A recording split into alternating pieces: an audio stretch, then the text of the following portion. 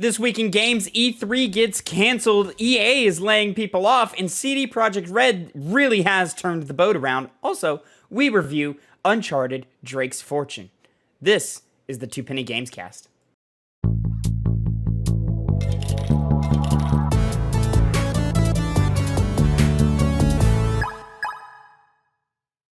What's poppin', players? Welcome back to the Two Penny Gamescast, episode 141. I am your host, Tavin Bothel, here with my good friend and co-host. Say hello to the people, Connor Elliott. Hi guys, how you all doing today? Hey. Connor, how you doing this week, my friend? Well, I'm doing good. I've been busy continuously. Been playing games, doing gamer things, so That's can't very complain. nice. That's very nice. I can't complain. I've been sick as a dog this last week, man. Starting literally since last week, Sunday. We record on Sundays. And came down with some kind of stomach bug or food poisoning or something. And was just vomiting my guts out for 5 days in a row. And was not a good time. All of the videos that have been recorded over the last week have been under duress. Connor pointed a gun to the back of my head and said, I don't care if you're sick and can't get out of bed. You're recording this video. And then and so we did. I'll have you know that I would be the first person to make excuses to not do the podcast based off disease. Because I've experienced disease before, and it's not good. It's not. I don't want to. I would not like to record while being sick. So Tavin, good job for making it through like a trooper. I think the only one that I was like, ooh, this is a struggle was the Resident Evil 4 review last week was I bet. a struggle to get through. Everything else was mostly fine, but that one was a little tough. That one took some energy out of me. Speaking of which, the Resident Evil 4 review is live on the channel right now. It was on last week's episode of the Two Penny Gamescast. This week, we will be reviewing Uncharted: Drake's Fortune as a part of our monthly video game book club, the Two Penny Gameclub. So, make sure to stick around for that. But, ladies and gentlemen, let's get right into it. If you didn't know, this is the Two Penny Gamescast. Every week, Monday, 8 a.m. Central Time, me and my good buddy Connor here, we sit down and we give you the new news you need to know concerning the video game industry. We each come to you with two topics, two pennies, if you will, and we give you our 2 cents on them. You can also find us live over at twitch.tv/2pennygames, in which every Tuesday our good buddy Phil jumps on to the live streams and he live streams some gaming moments, some true gaming moments. You can go see the gamer and having his gaming moments over there. Twitch.tv/2pennygames every Tuesday, 2 p.m. Central Time. Every Tuesday over at youtube.com/@2pennygames. We also drop new episodes of Hype, HYEP, Have You Ever Played, in which me and Phil show each other a video game the other has never played before. We're currently working our way through the Super Mario Sunshine series that we did late or over a year ago, rather. So please go check all of that out. And we will have YouTube short reviews of Resident Evil 4 and Uncharted: Drake's Fortune up on the channel as soon as I can find time to finish them off. I'm partway through the Resident Evil 4 one right now. I'm working on it. I'm hopefully going to have that out real soon. So keep an eye out on the channel for all of that. You can find us youtube.com/@2pennygames or mainstream podcast services of your choice. But enough of that, Connor. Let's drop some sense on them. Let's go ahead and get started with your first penny of the day. It looks like Electronic Arts has something going on, so go ahead and lead us off here, my friend. Well, this is an article from Polygon by Nicole Carpenter. Electronic Arts lays off hundreds of workers despite strong profits. Electronic Arts will lay off more than 700 employees, 6% of the video game publisher's worldwide workforce of roughly 12,000, CEO Andrew Wilson said on Wednesday. The mass dismissals come despite a $1.3 billion gross profit that EA reported for its latest fiscal quarter, according to financial statements given to investors in January. Still, the company at the time also lowered its full-year profit expectations despite revenue and profit increases over the same quarterly period the year prior. Even amidst the macro uncertainty, EA is operating from a position of strength, Wilson said in announcing the layoffs. He said EA is, quote, gaining momentum, but still announced that layoffs a few paragraphs later. Wilson did not specify which segments of the company would be impacted by the layoffs. He said only that EA will pull away from projects that don't align with its strategy. Quote, building games and experiences that entertain massive online communities, creating a blockbuster interactive storytelling, and amplifying the power of community in and around our games with social and creator tools, he said. Wilson specifically called out The Sims 4, EA Sports FIFA 23, and Apex Legends for their success. It's likely the company will focus on support for Madden 23, Battlefield 2042, and beyond, as well as Star Wars Jedi Survivor, once that launches at the end of April. EA developer Maxis is also working on The Sims 5, surely a key project in EA's portfolio. Electronic Arts has already said that Battlefield 1943, Battlefield Bad Company, and Battlefield Bad Company 2 will be removed from online stores in April, but these catalog reductions don't seem to be related to the layoffs. Wilson said some workers may be reassigned to other projects. Those who aren't will get severance pay and, quote, additional benefits. The company began announcing personnel changes earlier this quarter, which are expected to continue into early next fiscal year, which starts in October. EA laid off 200 Legends QA testers in February, according to Kotaku. EA's significant layoffs follow a number of others by its industry peers. 400 Twitch employees were let go among Amazon's recent termination of 9,000 employees. Microsoft laid off 10,000 workers earlier this year, reportedly impacting studios like Starfield developer Bethesda Softworks and Halo Infinite developer 343 Industries. Elsewhere, Take-Two, Unity, and several others followed suit with layoffs, most citing macroeconomic uncertainty. Big companies typically blame these sorts of layoffs on slowing growth. EA also stated it was reviewing its real estate investments. Such layoffs may not actually cut costs, some experts say, and the dismissals may simply be companies copying their peers, according to The Verge. EA said it expects the layoffs to cost around $170 to $200 million, it wrote in a financial document published today. So clearly the article here from Polygon seems to lay the underlying message that this wasn't really necessary and they're gaining money, but despite that, they do lay off people. They did lay off people, which is believable that it seems like this is just the thing to do. We've obviously had lots of layoffs in other industries, particularly the journalist side of things. I believe it was Kotaku was one of the ones that recently laid off a bunch of people. Was it them? Kotaku lost some people. GameSpot? Maybe both. We lost some people. On the journalism side, we've been losing people left and right. The tech industry has also been hit in that regard. Yeah, so it's just layoff season right now. Everybody's catching it right now, and it really is unfortunate to just see it continue to come week after week after week. Sometimes from companies that have already experienced layoffs earlier in the year are already back to give us more. I saw Disney just laid off thousands of people earlier this week as well. So it's a mix of, yes, we felt a gigantic boom during the pandemic on the tech industry side, and now things are reverting back to normal. So we have to cut some costs. It's a matter of we're in the middle of a recession right now that's, hitting everybody really hard, and everything is more expensive, cost of living and all of this. But it's just so strange when we see massive companies like Electronic Arts that have been around for generations of gamers at this point, has seen ups and downs in the industry, both locally on the industry side where it's only affecting the industry, and globally where, the whole world is just kind of in a tough time right now. And to see them in a year of profit, in a year of growth where, Apex Legends is exploding, and the Jedi Fallen Order was successful, and then Jedi Survivor looks to be like it's going to be a hit from everything that we can account for right now. And then, we had huge successes like It Takes Two just 2 years ago. You just look back and go, all right, well then what's the problem? Why are nearly 1,000 people losing their jobs? And, maybe it is just, hey, EA is restructuring. They're looking around. They're having to reconfigure some things, and they would just rather close off this sect of jobs that, isn't benefiting them, and so they would rather allow growth in other ways. But yeah, so it's concerning, it's upsetting, and unfortunate. And I hope everybody can just kind of land on their feet, and we can all grow from here.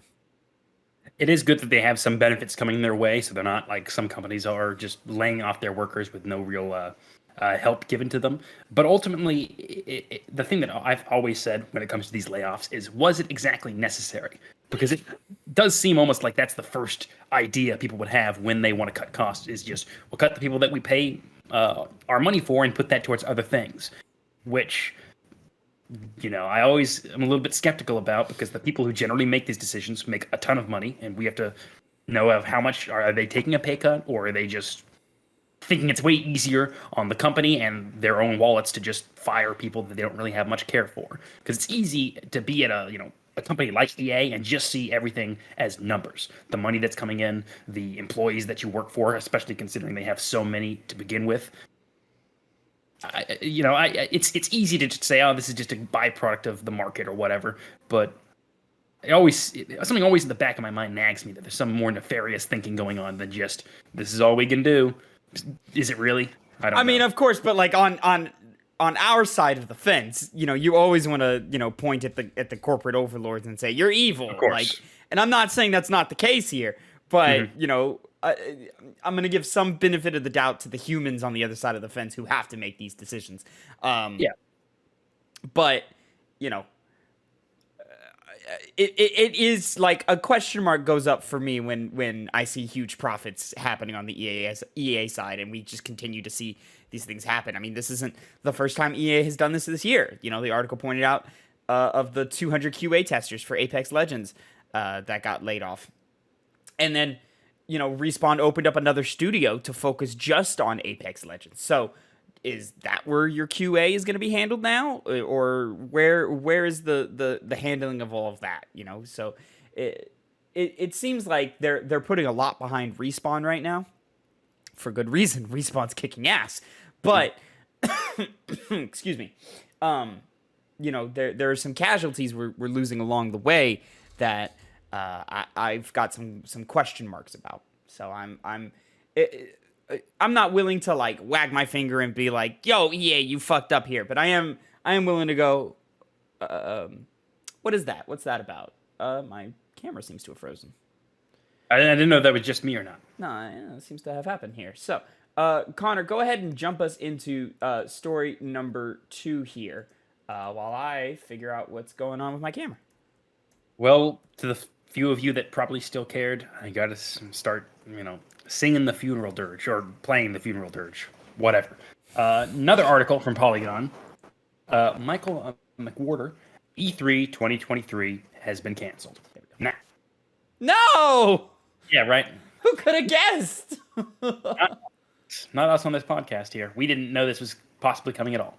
But E3 2023 has been canceled. Organizers at the Entertainment Software Association announced Thursday, following the reported withdrawal of major publishers like Ubisoft, Sega, and Tencent. Those companies joined console manufacturers Microsoft, Nintendo, and Sony, who had previously confirmed they wouldn't take part in this year's E3, an event that promised to return the spectacled gaming industry show to Los Angeles for the first time in 4 years. Quote, "This was a difficult decision because of all the effort we and partners put toward making this event happen, but we had to do what's right for the industry and what's right for E3, said Kyle Martson-Kish, Global VP of Gaming at ReedPop, in a news release. Quote, "We appreciate and understand that interested companies wouldn't have playable demos ready, and that resourcing challenges made being at E3 this summer an obstacle they couldn't overcome. For those who did commit to E3 2023, we're sorry we can't put on the showcase you deserve and that you've come to expect from ReedPop's event experiences," end quote. ReedPop and the ESA said they will, quote, "continue to work together on future E3 events." IGN reported Thursday that a handful of major publishers had backed out of the event, with others casting doubt on their participation in the show. On Thursday, IGN reported that E3 organizers reportedly told members that E3 2023, quote, "simply did not garner the sustained interest necessary to execute it in a way that would showcase the size, strength, and impact of our industry," end quote. This year's E3 was announced as a return to the LA Convention Center for the show's first in-person event since 2019. The ESA has enlisted had enlisted ReedPop, the company that produces PAX, Star Wars Celebration, and other fan-focused events, to run E3 2023.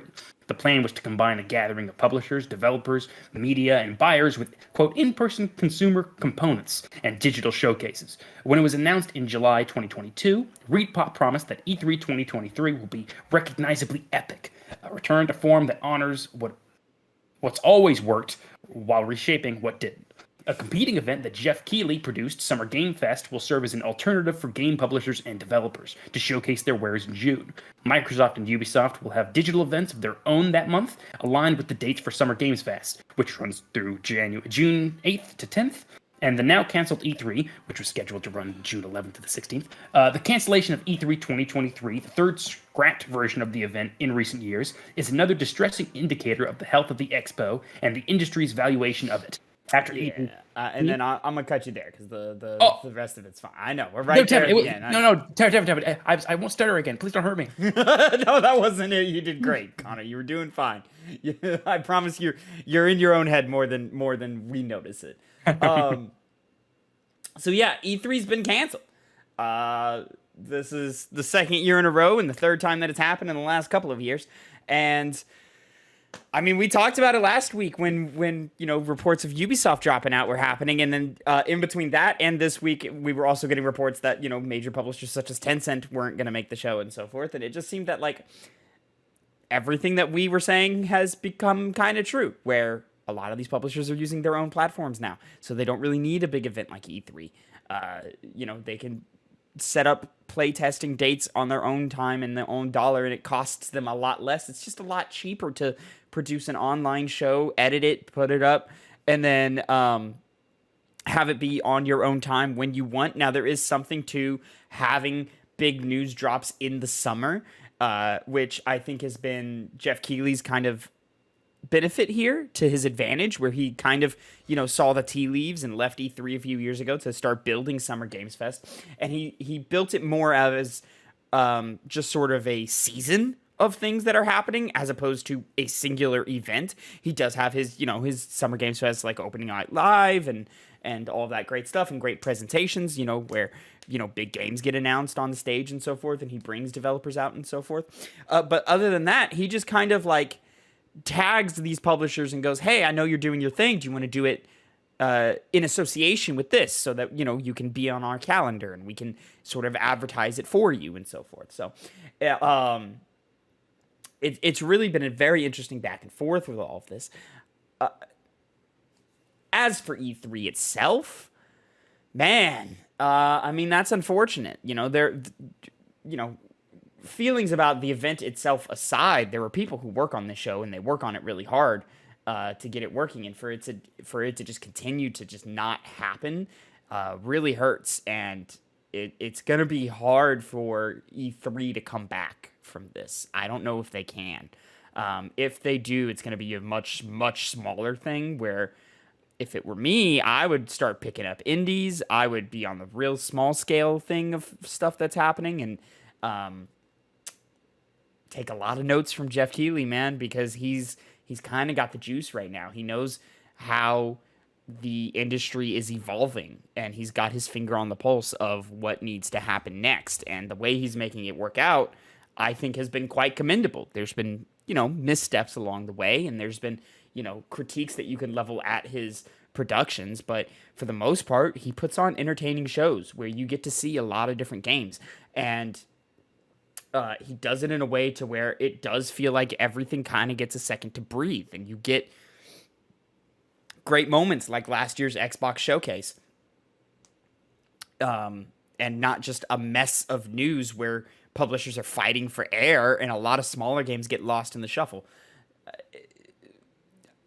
It's unfortunate, but E3 is a product of a bygone era that I just don't think is effective anymore. Yeah, unfortunately, that's a fair estimate of them, because I remember I would always go to Virginia for family vacations in the summer when E3 would usually take place. Mm-hmm. So a lot of the times I couldn't watch E3 in its entirety normally like I would at home. Sometimes I was also able to do that. And I would always get so hyped at these, like, the swaths of game they would introduce in their showcases, have their showcases packed full of interesting, fun things. But after a couple of years, it kind of started to not have that effect on me anymore. And I was like, okay, every now and then I would get super hyped when they showed some game. Well, I can't even remember some of the ones that were announced at past E3s, but it just that same allure of E3 just kind of went away farther and farther as the show just kind of became I guess repetitive is the good word for it, but more importantly because we had so many other avenues like social media that started dropping all these, big reveals. And by the time E3 rolled around, even though there was some good stuff there, a lot of it was just kind of you'd sit and wait for it to go by when they would do the presentations. And it's as you said, it's a relic of a bygone era, which seems to be disappearing. And yeah, that's a good idea of what you said, to start focusing on smaller games, to start focusing on indie ones. Because I really do think there's a good market for that. But ultimately, these big showcases, they're not in the running anymore. They're not the big boys on the block. So, unfortunately, this is kind of where E3 was inevitably headed.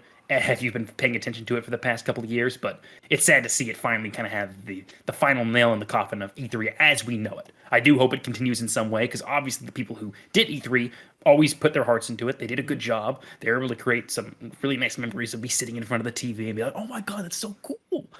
Dark Souls, a new Dark Souls game? Radical. But not anymore. So I hope they're going to continue in some form or fashion.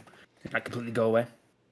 Yeah, but like also some of that I just feel is just kind of like some nostalgia talk where it's Possibly. like, do we really need this? And you have to think of like, I think back of all of the old E3 flubs or flops or cringy, awkward moments.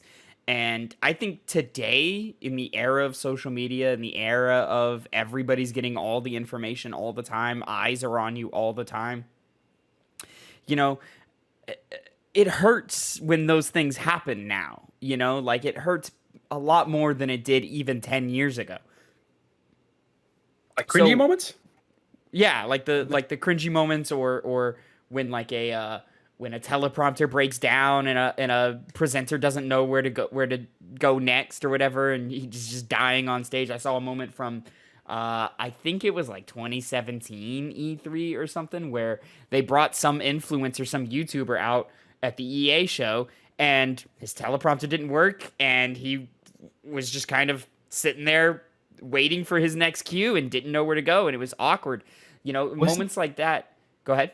I'm sorry. That was the guy from the prank YouTube channel, wasn't it? I think The, so. the guy Yeah. with the short hair. Yeah, I It was remember the that. Need for Speed segment came up on my Yes. timeline this week. Yeah, and it's like these big publishers don't want moments like that. Like, and on the internet, these moments live in perpetuity. Like, they're forever. So it's just like, I think they would all just much rather produce their own thing, have it heavily polished, heavily edited, and cut out all of the awkward flubs or when somebody misspeaks or when technology doesn't work. Think of back to the Nintendo Wii era and all of the Legend of Zelda moments that didn't work for Skyward Sword, or all of the animal pet games that were awkward or whatever, and all the Kinect moments that didn't work on the Xbox stages and so forth. Like, all of these publishers would just rather not do that. You know what I'm saying?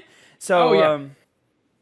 yeah, but those things admittedly made it more fun. they I would say. did, but these are shows to sell products. These are shows to show a stockholder that they've got the hatches battened down and they're ready to go. And so moments like that hurt them.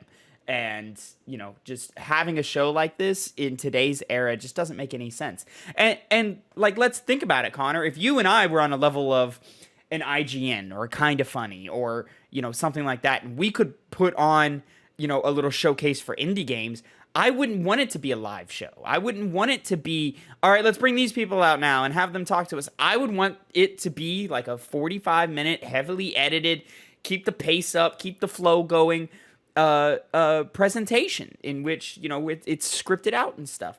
There's no need for live anything because that's terrifying, especially when you have a set amount of information that you want to get out to the people. So it doesn't surprise me that a show like this has seemingly met its end. I really don't see how E3 can come back from this in any meaningful way. I think the narrative is too far gone. I mean, we've been talking about the death of E3 for years now. It feels like this is the fifth time in this show's very short run of just a couple of years that I've put, oh, E3's dead in the title. You know, like I've done that at least 3 times. And I don't want to keep doing it because at some point it's like, how many E3 deads can there be? And I mean, I really don't see how they can come back from this, but I hope, you know, something happens out of this. I hope it's not just a gone thing because, you know, even though I mention all of the cringy moments or the technical malfunctions, like the E3 has brought a lot of joy and a lot of exciting moments. I remember, you know, PlayStation's 2016 E3 showcase was fucking mind-blowing and put us on another level, and I think is one of the key things that put us on the track that we're on today. So it's just it's a number of things. Well, maybe we won't be talking about them dying anymore after this because they'll either be dead or be in a better or in a better position to where they're not. Position. Let's hope. Yeah. But moving on, Connor, let's jump on over to topic number 3. My first penny of the day: PlayStation VR2 reportedly off to an underwhelming start. I'm pulling an IGN article from Ryan Densdale. Sony's PSVR2 is reportedly off to an underwhelming start with the virtual reality headset only expected to sell 270,000 units by the end of March. As reported by Bloomberg, the figure comes from research firm IDC, and while 270,000 is still a lot of headsets, reports last year indicated that Sony was looking to produce 2 million PSVR2 units to be sold by the end of March. Vice President of Data and Analytics at IDC, Francisco Geronimo, told Bloomberg that Sony would need to cut the price of the PSVR2 to stop its launch from being a, quote, complete disaster, end quote. The headset, which already sits at $549.99 US, is made even pricier by the additional $499 cost of the required PlayStation 5. Quote, consumers around the world are facing rising costs of living, rising interest rates, and rising layoffs. VR headsets are not top of the mind for most consumers under the current economic climate, said Geronimo. Quote, I suspect a price cut on the PSVR2 will be needed to avoid a complete disaster of their new product. The headset launched on February 22nd with 42 games, including headlining title Horizon Call of the Mountain, and a variety of virtual reality updates for critically acclaimed games like Gran Turismo 7 and Resident Evil Village. We expected as much. Yeah, I mean, hype was not there for this headset. It was arguably higher for the first iteration of the headset because it was new technology and exciting, and we were willing to see what they have to offer. Well, we've seen that now. And now it's time to start putting out some actual killer games and using your studios to your advantage. And the thing is, to me, what's crazy, I understand you have to match, your investors and keep your stockholders happy, and so forth. But I mean, Sony, you were running on your own timeline here. Oops, that's the wrong thing. There we go. Sony, you were running on your own timeline here. There wasn't a need to have this thing come out and be underserved in terms of software, which it seems is the situation which we're in today, where Horizon's just not going to cut it, man. Like, that's it. That's all you have. Where is an Astrobot? Where is, I don't know, an Uncharted game? Where's, Last of Us or God of War or something? We just needed more, or just continue to build out IPs. Give us something in Spider-Man, give us something in Ratchet and Clank, or give us a new IP, something cool and creative. Maybe VR should have been the platform where Knack actually found some room to grow or something. Just imagine a game where you're putting pieces together, all the jumbly, googly gops that you could do there. That would all sound really, really cool. Moss Book 2. Why was that not a PlayStation VR 2 title? Why did it come out on last-gen hardware? Just because it started development so late? I don't know. And the fact that it was just missing a lot of key games that are important for VR platforms, like Superhot, which still has not been confirmed for PlayStation VR 2, as far as I know, unless I'm mistaken in that, or Superhot is just coming later, at least. So, mountain climbing simulator, that is Horizon, and updates to Gran Turismo just aren't enough to generate hype and excitement, on top of the fact that you're launching in a recession, which understandably, Sony has no control over that, but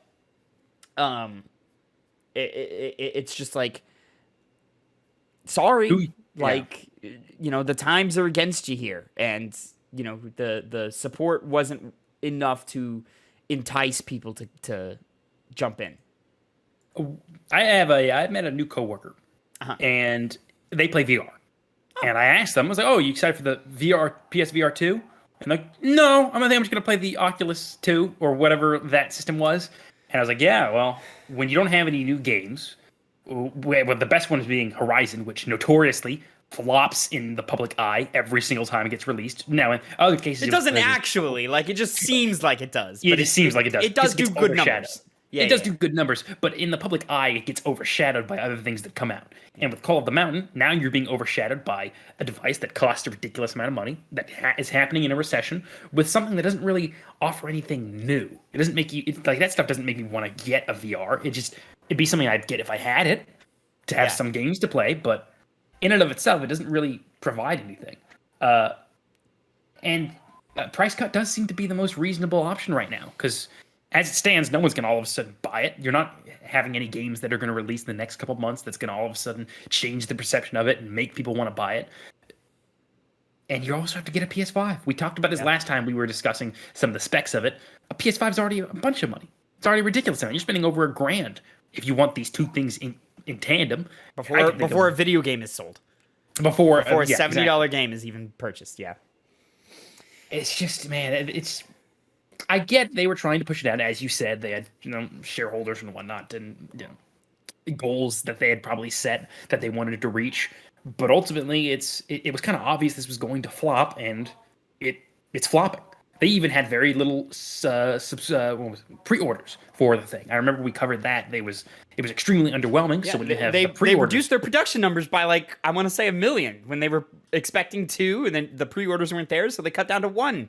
And we're not even getting half of that, in the first month or so of sales. Like, you guys are struggling out here, and it hurts to see, because I think VR is a very interesting medium for video games to continue to explore and grow in. And I do think eventually it will become not a standard, but like sort of like an accepted thing of like, oh, this isn't gimmicky, this isn't this, that, and the third. Like, it's a legit thing.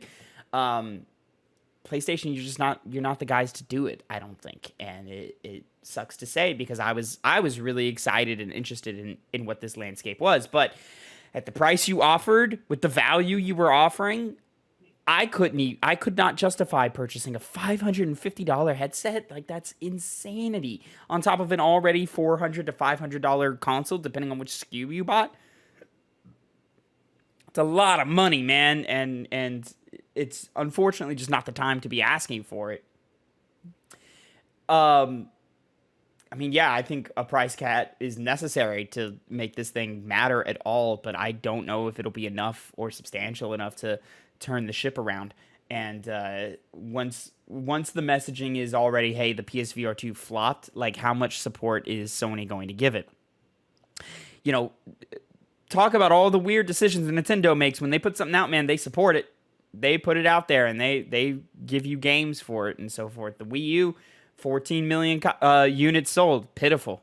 Absolutely atrocious, huge flop of a console. Some of Nintendo's best products of the 2010s is on that console. And granted, a lot of it has come to Switch since. But, they supported it. Sony is not the same way. We've seen this before with the PlayStation Move. We've seen this before with the PlayStation Vita, which the Vita was a great console and had some great games on it. But where was the support 3 years after launch, 4 years after launch? It didn't exist. And it just kind of slowly died and was damaged and so forth. And this one I see probably is going to go over even worse, because there's not a hardcore audience that can jump into VR in the same ways that there is with a mobile platform. Like, there is a contingent of gamers on the PlayStation Vita keeping that thing alive for a few more years. who's going to do this with PSVR2 when you're coming in not as powered as the other guys, wired, and you don't have the third-party support? It sucks, but I just don't see a bright future for PlayStation VR. Everyone go buy a VR system that actually has games on it. It'd be my recommendation. That's cheaper. I mean, that's where it is right now. Yeah. So I don't know. I wouldn't want to see a repeat of things like the PlayStation Vita, but I think that's what we've got here. Mm-hmm. Connor, enough of all of this sad, bum me out news. Enough! I'm tired of talking about stuff that is negative. Let's talk about some positive stuff here, Connor. Moving on to our final topic of the day. My second penny of the day. Cyberpunk 2077, The Witcher developer CD Projekt Red introduces menstrual leave for employees. This is a GameSpot article by Jessica Howard. The policy will be implemented on April 1st and permits employees to take as much time off as they need, whether that be a few hours or entire days. CD Projekt Red, the studio behind Cyberpunk 2077 and the Witcher series, has announced it will now offer menstrual leave for employees experiencing menstrual-related pain. The company publicly announced, the new policy on March 30th via Twitter, writing, quote, "We're proud to offer menstrual leave to employees. Team members can now focus on their comfort and health by taking time off when suffering from period pain. It's all about inclusivity and fostering a supportive workplace."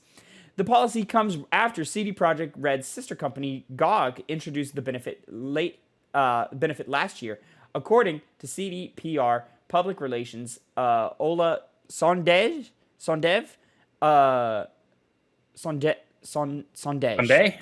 very, very European name. The studio spent the last few months observing GOG's experience with the policy before ultimately deciding to follow its steps. Sondej said the team ultimately found the benefit boosts, quote, "in an environment where menstruating team members can feel more comfortable and supported to achieve their individual potential. In addition, the benefit represents, quote, another step in creating an inclusive work environment." According to Sondej, the policy will be implemented on April 1st and permits employees to take off as much time as they need, whether that be a few hours or entire days. Additionally, menstrual leave will be fully paid, ensuring employees don't feel pressured to work through their period pain or are financially burdened by taking time off work. However, Sondez said the most positive impact of the benefit could very well be the boon to the development team's morale. Quote, "I think the biggest impact does not stem from the fact that you can take a day off when you feel physically unwell. It stems from the fact that you work at a place that actually notices that this issue exists. It does make me feel more confident," Sondej said. Sondej added that CD Projekt Red employees who do not menstruate have been just as enthusiastic about the policy, stating the response has been positive and she felt supported and cheered on by her fellow team members. Moving on, also from that, it's worth noting that CD Projekt Red wasn't aligned with the Witcher spin-off project. Sirius wanted to cut costs early. This is from Cameron Koch, who basically reports that the next Witcher game, which they've seemed to have mentioned as Witcher 4, has kind of had a bit of a reset. And, it just wasn't shaping up to be what they wanted. So they're hitting the reset button on that, and they're going to figure out what's going on through that. They also mentioned that their multiplayer game is not dead, just completely rebooted. So, CDPR had a disastrous Cyberpunk 2077 launch that we covered on this channel many times. Had a bit of a comeback last year with, improved updates and quality of life assurances to the game. The anime gave it sort of a little bit of a boost of energy, and people loaded up the game and started playing again. I saw that their profits are up over at CDPR, which is great. And then now, addressing their crunch culture accusations, they're working real hard to sort of alleviate those and introduce menstrual leave for employees. Connor, where are you at with all of this? What if the day for it to be implemented came on and they just said, "April Fools, we're joking"? That would be really fucking stupid. I think that would, from a PR perspective, that would be horrible. But thankfully, that's not what happened. Over here in America, for those non-American viewers that we might have, we don't really get paid sick leave. That's not something that's guaranteed. And so seeing something like this is surprising, to say the least, but it is welcome. I am a man. I do not menstruate. That's not an issue that I have. No?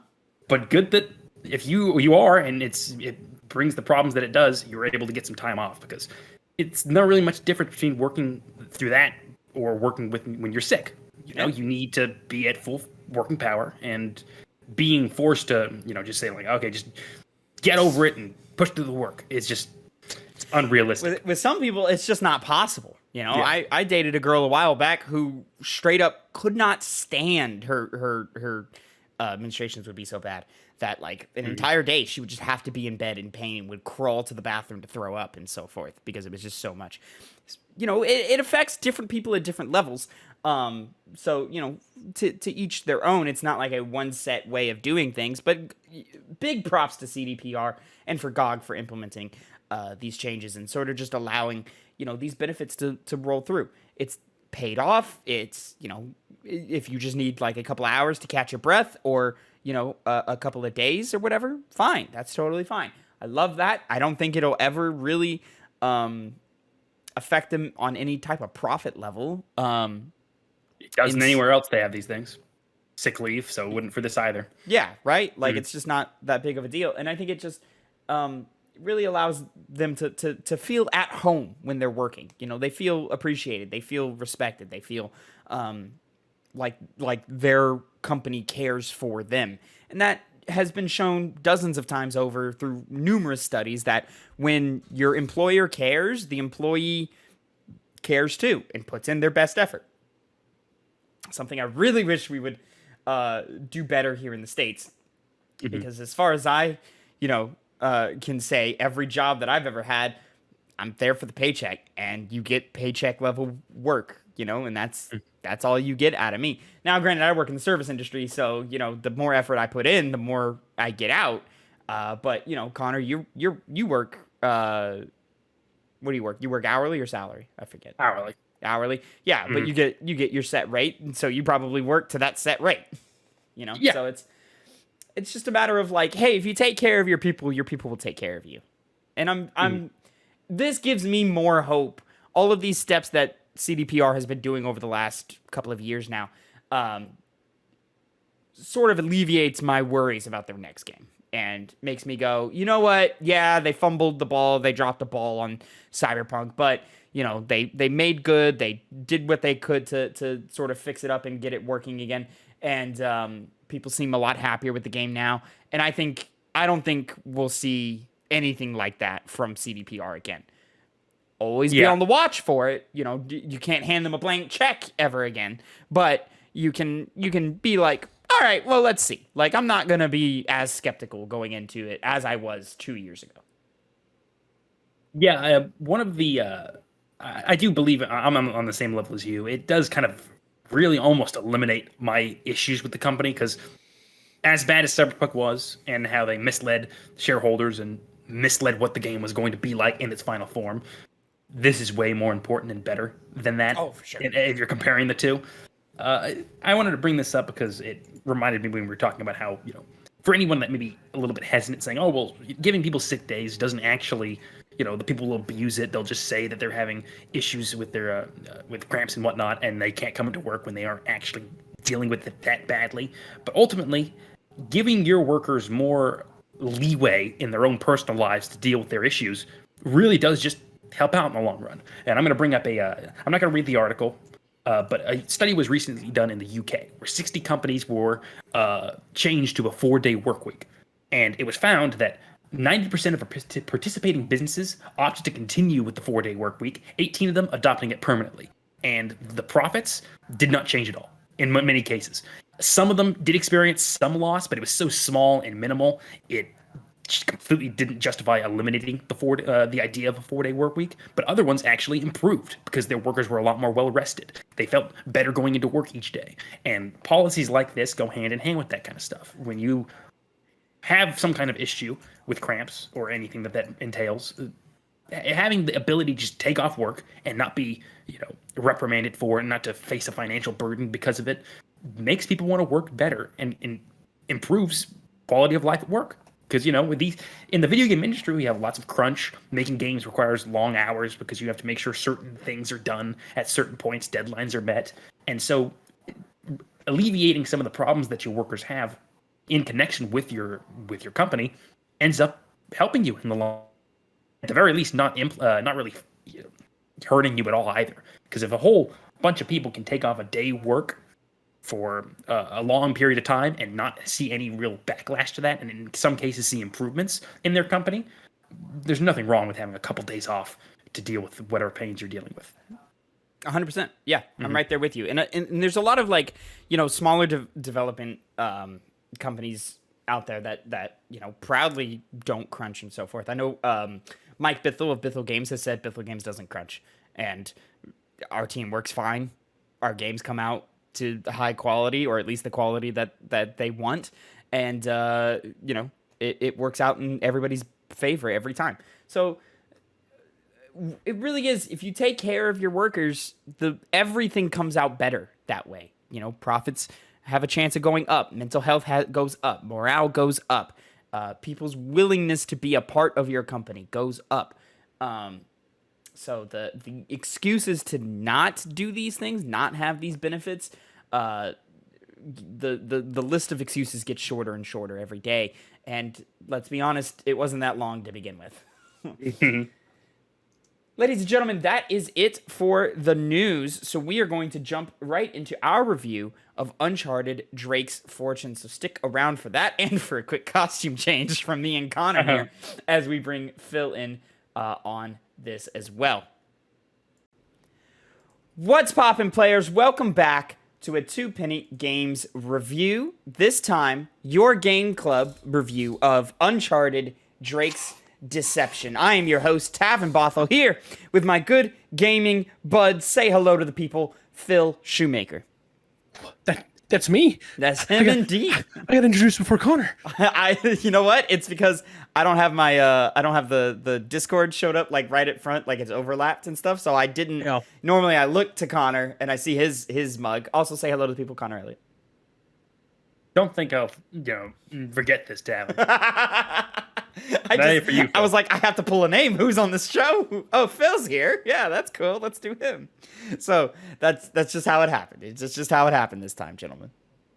Ladies and gentlemen, this is your video game, or your Two Penny Game Club, your video game book club that happens once a month, in which me, Connor, and Phil, we all sit down, we play a video game throughout the month in the background, and then we come to you and review it for your reviewing pleasure, and then we rank it amongst the other games we played, just for shits and giggles at the end.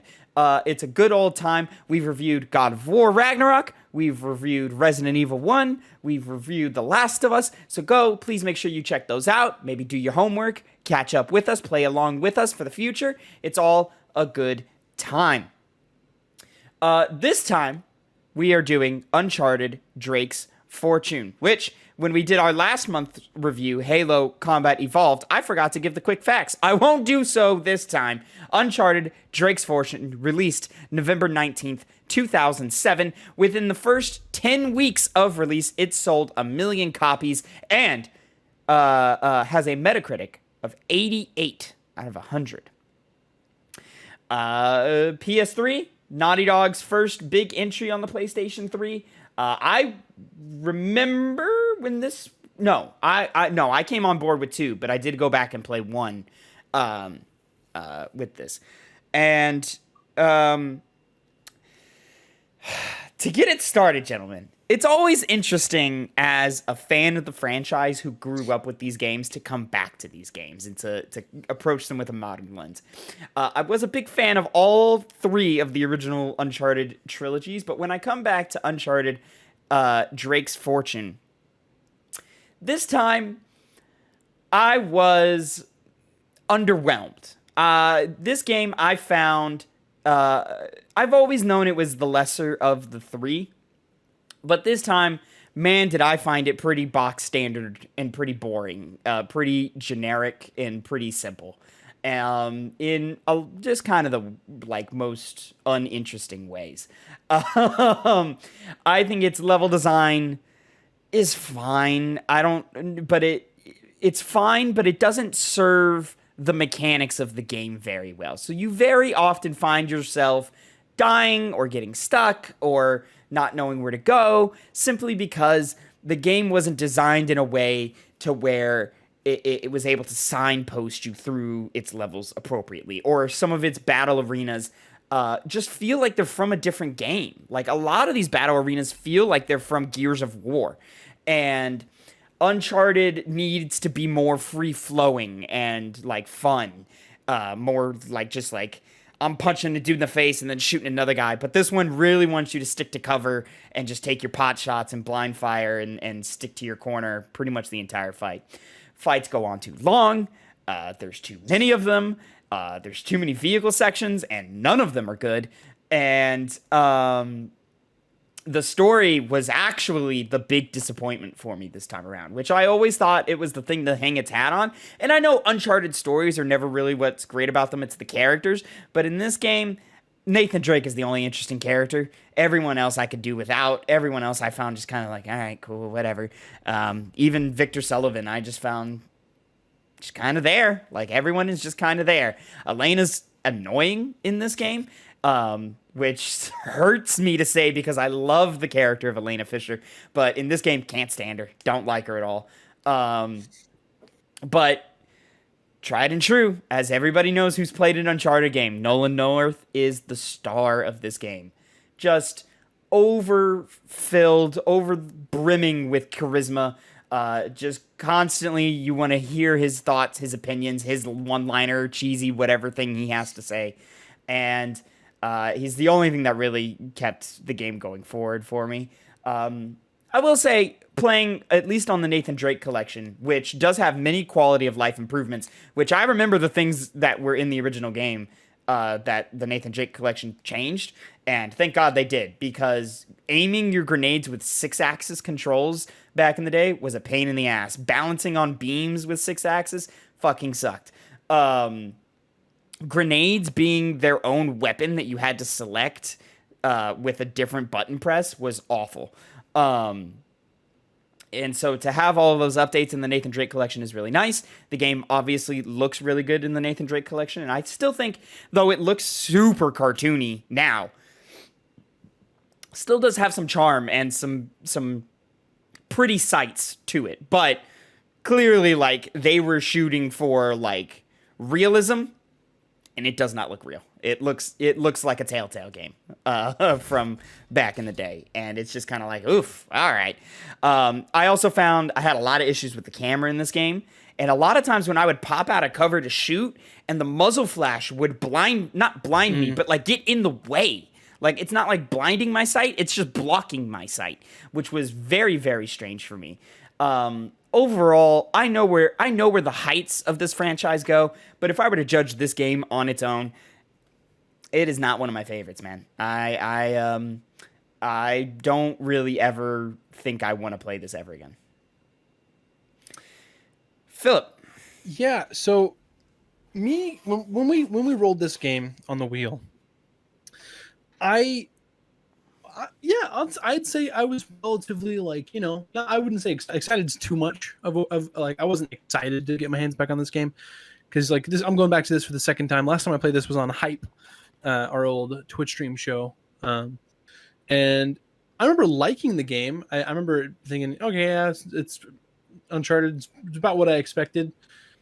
But like, I found myself when I came back to this game, I did like the first like mission and a half, and I was like, okay, how much time has passed by? Oh, it's been like 20 minutes. And then I'm like, oh, okay. So then I put it down, and I opened up a game. This is gonna seem kind of strange, but I went back to I was Hades. So that's another game I'm playing right now. I'm trying to get a platinum, and I felt like it was the same amount of time that went by. And then I look, and it's been 2 hours. Wow. In Hades. And I'm like, holy shit, I can't play anything else until I finish Uncharted. Otherwise, I'm going to ruin this for myself.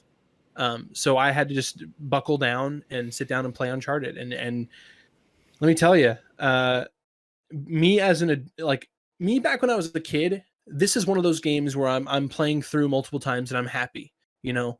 But me as an adult, I have other games. I'd much rather play some of these other games than Uncharted. Not to say that Uncharted's a bad game.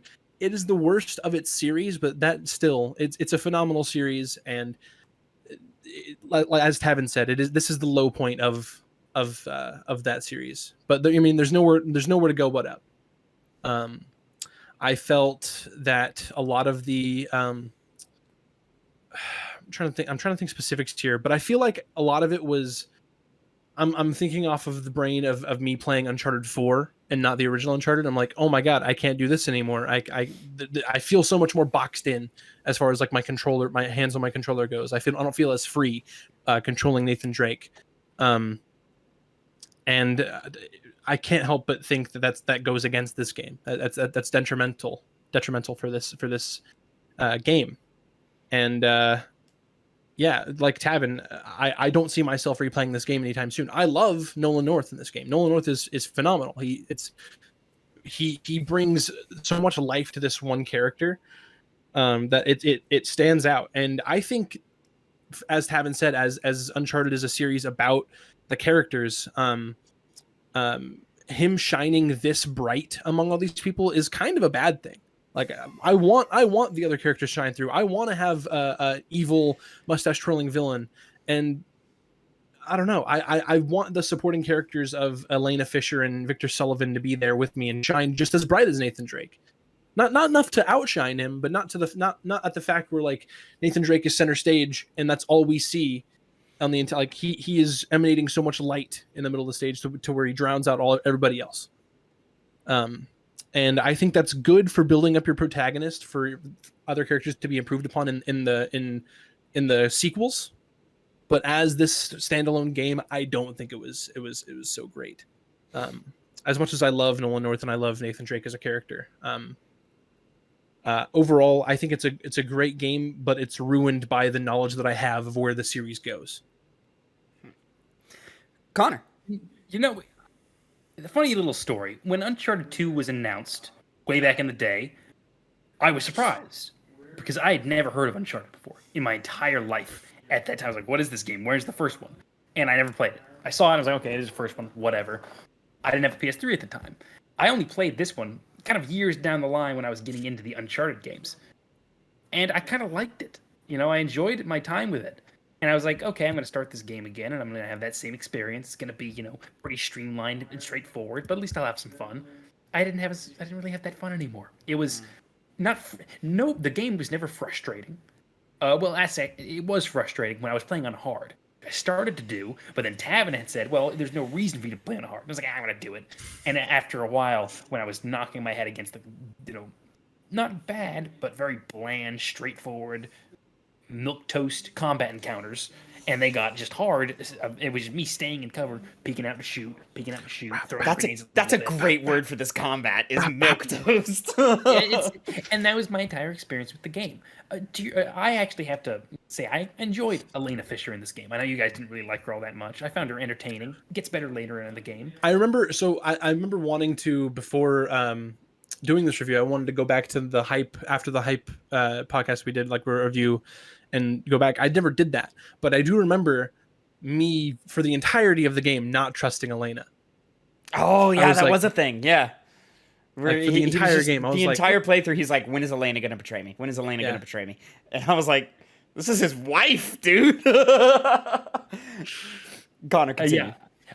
Sully was actually someone I thought was going to betray, or at least my first time was going to betray them in some way. Of course, my knowledge, I knew the character wasn't going to, but the writing made it seem like that was the way they were going to go, and they were going to have this the overcoming of their relationship through this tough time of him being in a situation where he had to betray Nathan, but that didn't happen, which I think went a way to characterize Sully, not as well as he does in later games, same as with Elena, but it got me a nice start to these characters. Because one thing that I found myself wanting is the characters to interact a lot more when you were with Elena, or when you were on the mic with Sully. And the reality is, this is a game by Naughty Dog, somebody who's known for these narrative gameplays, these narrative stories that have a lot of talking, and that talking was very absent in a game where there's lots of just walking in nowhere places. You know, you're seeing the same temple ruins, you're climbing on the same platforms, and it's It's not aggravating. It's not done in a way that slows down gameplay, which why I would say I enjoyed it way more than I would Arkham City, Arkham Asylum, where I felt like I was slowly being dredged through this entire game that's very standard and bland. At least this one goes by at a fast pace. And even though it's an average gameplay experience, you're not exactly, spending a large time playing and beating this game, which is why I kind of just stuck with it, beat it in, 2-3 days. Was basically the only game I played, and I could just wipe my hands of it. But I didn't hate my time in this game, but I realized that it is the foundational work for the rest of the Uncharted series and the narratives that it provides, and Naughty Dog's catalog going forward with games like The Last of Us. It was the establishment of that baseline, and I was craving, like I said, more of that dialogue that wasn't there, but I know it is going to be in subsequent Uncharted games and Naughty Dog games as a whole, which it was an interesting thing, at least, to play this game and experience the beginning of this, wave of games that would soon to be coming out, thanks to Naughty Dog's efforts at narrative storytelling. So even though it didn't catch me that well at all, because the villains were boring, the plot itself was pretty bland, this entire theme of reclamation of one's, ancestry with Francis Drake didn't really go anywhere, and it seemed like it was just, that's my ancestor, and he died doing the thing that I'm doing, and I beat it, and I did it. But then, it's a standard, very generic game at the time that I wouldn't, like you said, Tavin, if I was told to expect greatness from this game coming forward, this franchise, I would be in serious doubt based off the first game. Well, Connor, with this game, greatness truly does come from small beginnings. Small beginnings. It does, Very yes. true. Sic Parvis Magna, baby. Yeah, Magna. That's a great tattoo. I'm gonna get that tattooed. This was the first game because I knew, just because of scheduling, that by the time I beat it, I was like, we are not going to be able to review, and it's gonna be some time. So I took notes as I was playing in my final play session or whatever, and a lot of it is some stuff that I've already said, kind of boring. The shooting I found kind of sloppy. I did not feel like the bullets were going where my marker was. Not very tight. Not very tight. And it didn't ever feel like it was... it's not that, like, I felt like it was missing or anything. Like, I would hit, but it'd be like, oh, I thought that was a headshot, but you're telling me it was a shoulder. Okay. All right, sure, whatever. And it was just constantly that. The AK-47 is useless. Like, just a fucking piece of trash gun. But what is interesting is the twist that happens when we stop fighting normal dudes and we start fighting the little monkey men. Weird, like, demon things. Yeah. I still think it kind of works. Like, it kind of still plays. Like, narratively, you're like, what the fuck? And mechanically, it does switch things around. Like, I found myself dropping M4s in favor of shotguns, which I had not been using the entire game. So I was like, all right, well, that still kind of works. It's just that the level design with you running through a fucking German base was awful. Just atrocious. Just terrible. Honestly.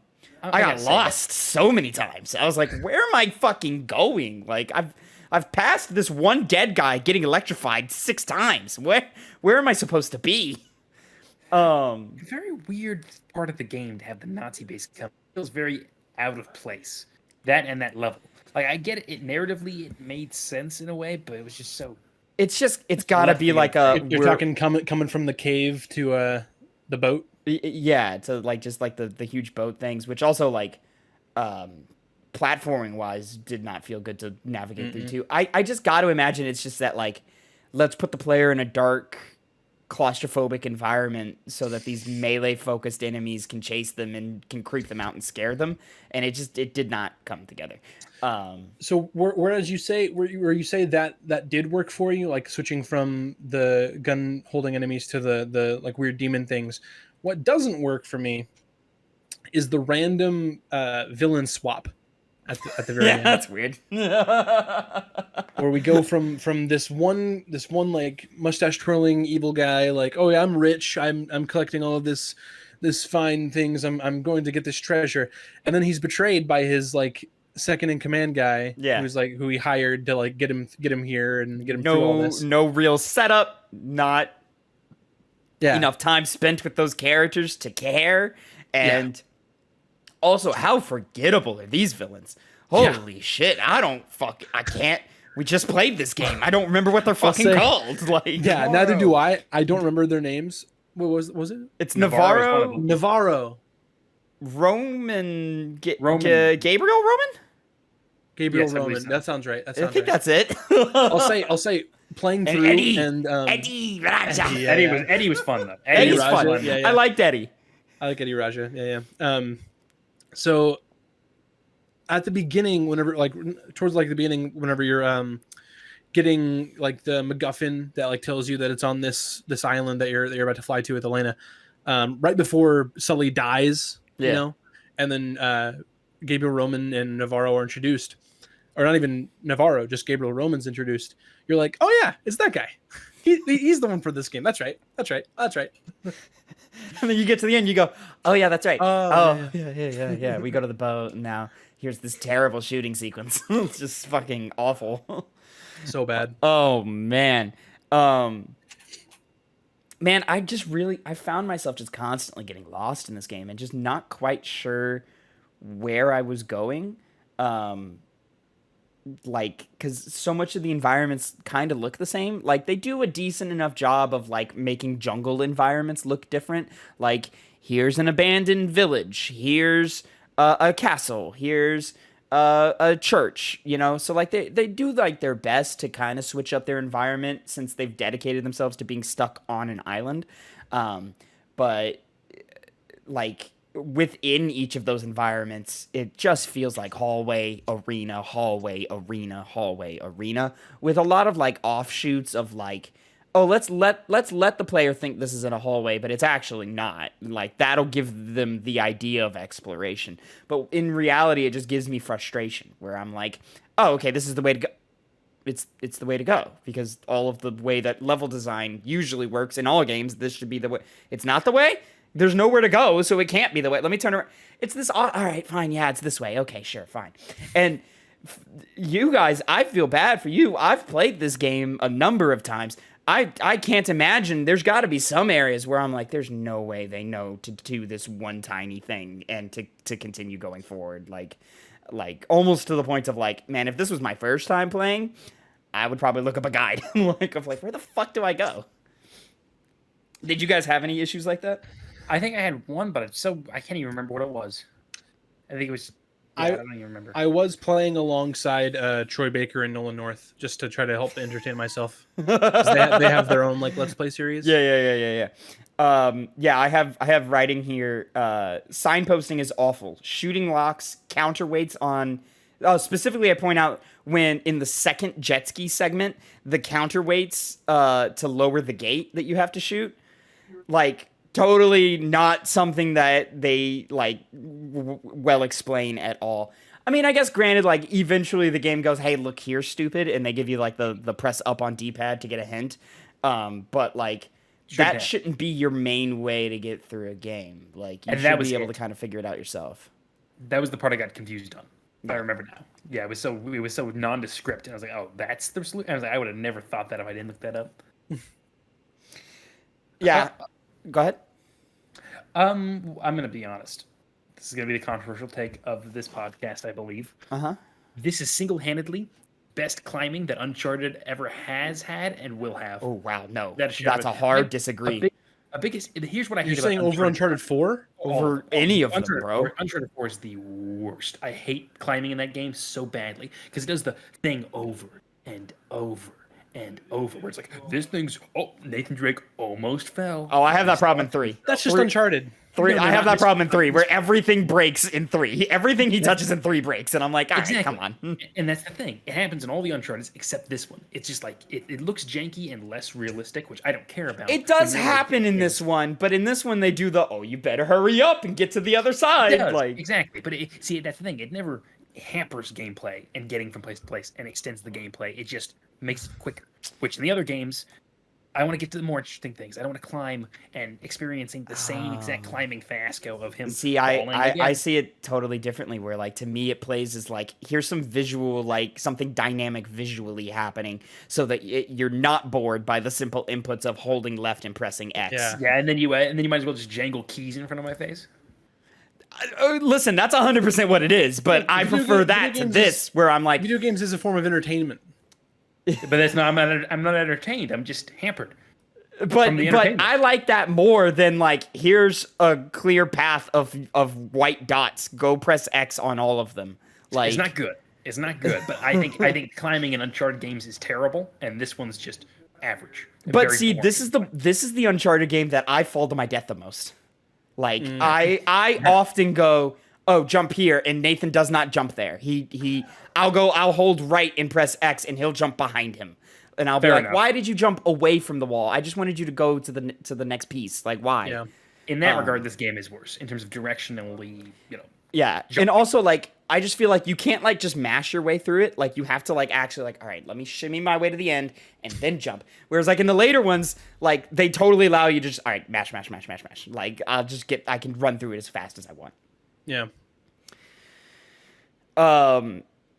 And it also bleeds into level design, where, like, the level design does not match this game. I will say, Connor. That's a hot take. The level design does not match this game. Like, this is level design from a PS2 game trying to be a PS3 game, and it just does not work at all. Like, the levels are too cramped. The climbing areas are too cramped. I think specifically there's an area early in the game where you have to move a chain. You have to, like, pull a switch to move a chain. And you go out the chain and then circle around. But the way it's made, it looks like you have to circle left, but it wants you to go right. And I'm just like, this is annoying. Like, really fucking annoying, because it just constantly caught. And it's not like oh, I made a mistake, let me go the other way. It's constantly a, fuck, I went the wrong way, now I've died. Now I have to go back, move the switch, to watch the chain move again, to climb up the chain real slowly, to then correct my mistake. And it's just like, motherfucker, can I get a move on? Also, this game does not encourage experimentation at all. Like, it is, hey, sit in your cover and shoot. Like, if it ain't broke, don't fix it. Yeah. Do not move from cover. Do not leave cover. Like, just sit in cover and shoot. If a grenade comes your way, just, like, back off for a second and then go back to cover. Like, yeah, Nathan Drake has not learned how to throw grenades back yet. He only does that in one game. Yeah. There's only one game where he does that. And then he forgets, yeah. And then he forgets. Also, how contrived are these QuickTime events? Like, why are they here? Yeah. Like, they're there, and they're so far and few between, and there's not a timing window to it. Just press the button whenever the fuck you want.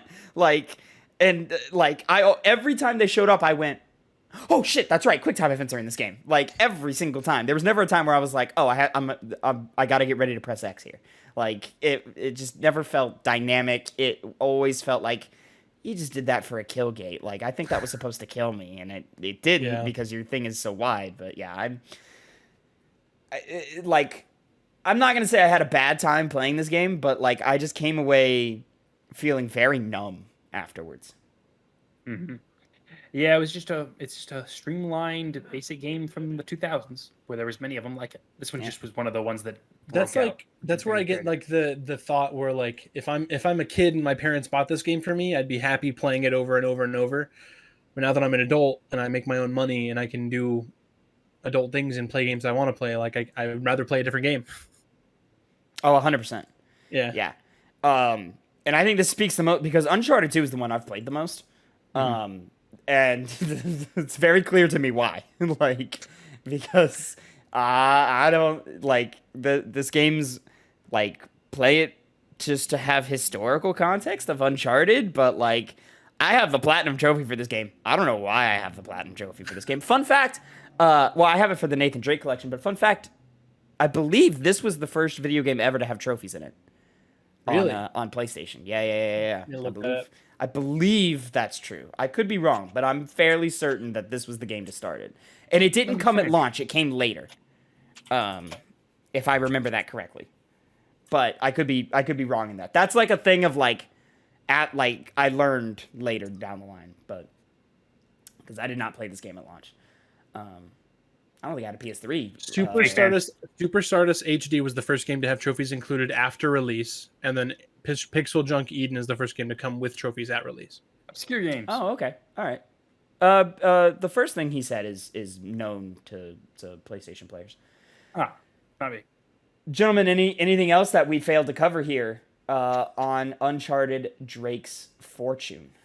I mean, look at my notes. I pretty much said my piece. I have nothing else to really add on to it. I think that's actually really funny how much the slogan of this series works for this game. Greatness from small beginnings. It's almost like they knew. They were like, "Oh man, we have a good idea, but we don't have the know-how on how to execute." Yeah. The last thing that I wrote in my notes that I want to bring up is that its narrative is simple and bare bones and predictable, but in comparison to video games at the time, and the video games that had come before this, specifically in Naughty Dog's catalog, I appreciate the focus on trying to tell a story and trying to tell a character story throughout. Because not only does, like, it's your simple, like, beginning, middle, end plot, but, like, Nathan Drake goes on a journey, like, and his emotional beats can be tracked throughout. And though Connor did I think it was Connor that mentioned of, like, the thing of his ancestor, like, just kind of gets dropped by the end. At least they, like, tried. Like, I appreciate that, like, okay, we're making progress to what does become narrative. He's also, like not his ancestor. And you know what's funny? When we get deeper into this franchise, I bet you they wish they did not play the Francis Drake died on this adventure card. Specifically in Uncharted 3, when all of his friends are telling him to stop going or to stop trying and go home.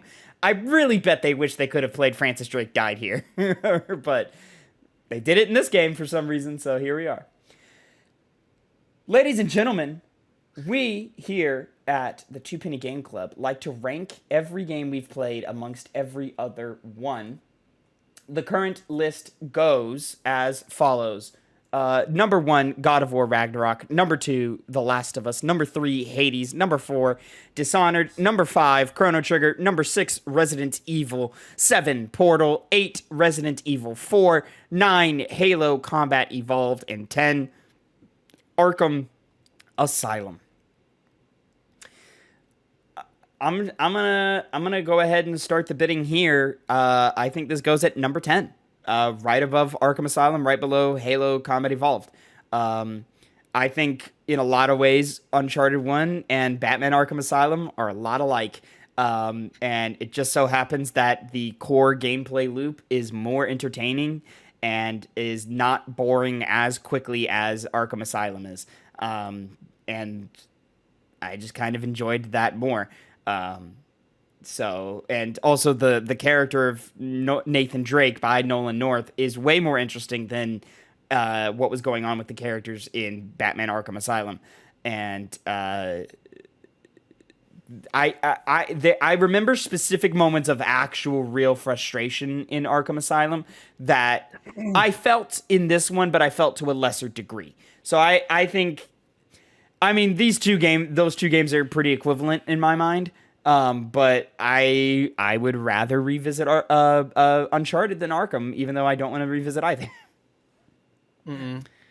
You know what, Tavin? You verbatim basically said what I was thinking, except for the fact that I would put down Arkham Asylum way more. But that's very personal. You're a goddamn monster. I hate that game, but because I at least got through my experience Uncharted being like, okay, I didn't hate it, but Arkham Asylum I did. Basically, the big difference between the two. Basically, here, this is exactly where I'm at. Only I would rather go back to Arkham Asylum. Like it's just I come up with all the same reasons. Only I would revisit Arkham Asylum sooner than I would revisit Uncharted 1. So Phil, would you vote for Uncharted going at 10 or at 11? 11. That's my vote. But Okay. I know that y'all are both putting it at 10, which outranks me, which is fine. Yeah. I just wanted to voice my piece. I just wanted to say my piece. There it is. No, I say that piece, brother. Yeah, it wouldn't be the same thing if it was not everything collectively. Of course. Measures. I mean, eventually we're going to get to a point where it's not as clear cut, where it's going to be like someone wants to put a game at 8, someone wants to put it at there's 6. going to be a time where We I hit think that already. Yeah, Resident Evil was one of those. I wanted Resident Evil number 4, and Connor wanted it fucking like 8 or some shit, or 9. Yeah, no, there it is at 6. Like, it just met in the middle. Yeah. So, ladies and gentlemen, your new ranking for the Two Penny Game Club goes as followed. Number 11, Batman Arkham Asylum. Number 10, Uncharted, Drake's Fortune. Number 9, Halo Combat Evolved. Number 8, Resident Evil 4. Number 7, Portal. Number 6, Resident Evil. 5, Chrono Trigger. Number 4, Dishonored. Number 3, Hades. Number 2, The Last of Us. And number 1, God of War Ragnarok. Sorry, to kind of, yes, that is the list, but I do want to go back real quick. Me talking about trophies and all that. Uncharted, Drake's Fortune was the first to feature a platinum trophy. That's what it was. Okay, yeah, that makes a lot of sense. Oh shit. Hold on. I gotta pull up the list. I thought I had everything set up when I started the show. Turns out I didn't. I forgot to pull up the Game Club list. Here we go. Bada bing, bada boom.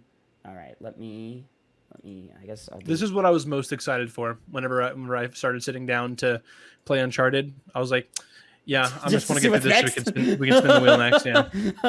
I do get really, really excited every time we spin this wheel. So hold on, let me switch. I love the wheel. Let me switch what the people are seeing.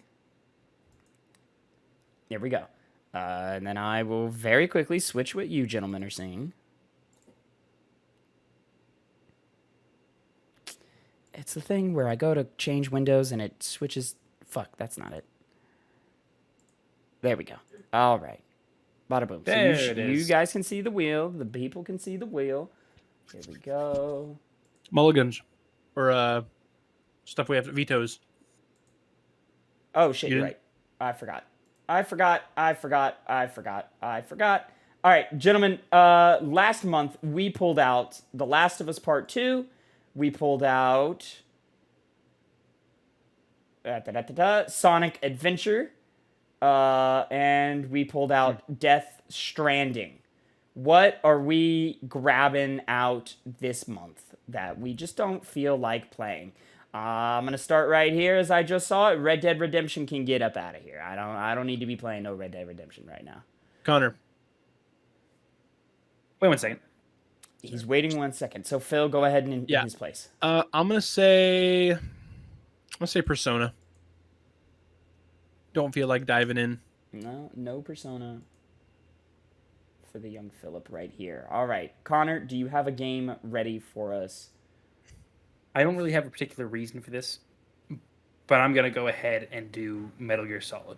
I just don't really feel like playing it. I was hoping that was going to come. One, because it's short. It is a shorter game, yeah. All right. The whole process. Tavin, me and you played that game in one sitting. We did, yeah. I don't want to do that again. Especially not with you. All right, gentlemen, let's get to spinning and let's see what we are. Did you add playing. Stranger of Paradise? No, I didn't. I apologize. Oh, Portal 2! Oh my god, I'm so excited. There we go. We're hitting some so sequels, excited. ladies and gentlemen. We are in for a good time. All right. Ladies and gentlemen, that is it for your monthly video game book club, the Two Penny Game Club. Thank you so much for watching and listening once again. You can find this, I should have led with this, at youtube.com/@2pennygames. And mainstream podcast services of your choice, as it is attached to the Two Penny Gamescast that goes live every Monday at 8 a.m. Central Time. Catch us playing games live over at twitch.tv/2pennygames every Tuesday at 2 p.m. Phil goes live and plays some video games, whatever's titillating him that week. And follow us on TikTok. Titillated, yeah. 2 Penny Games. Lots of great stuff going up. Hopefully at some point, by the time you hear this, I have the Resident Evil 4 review up over there, but who knows? Probably not, because I'm a busy boy. And until next time, have a great time. Gentlemen, say goodbye to the people.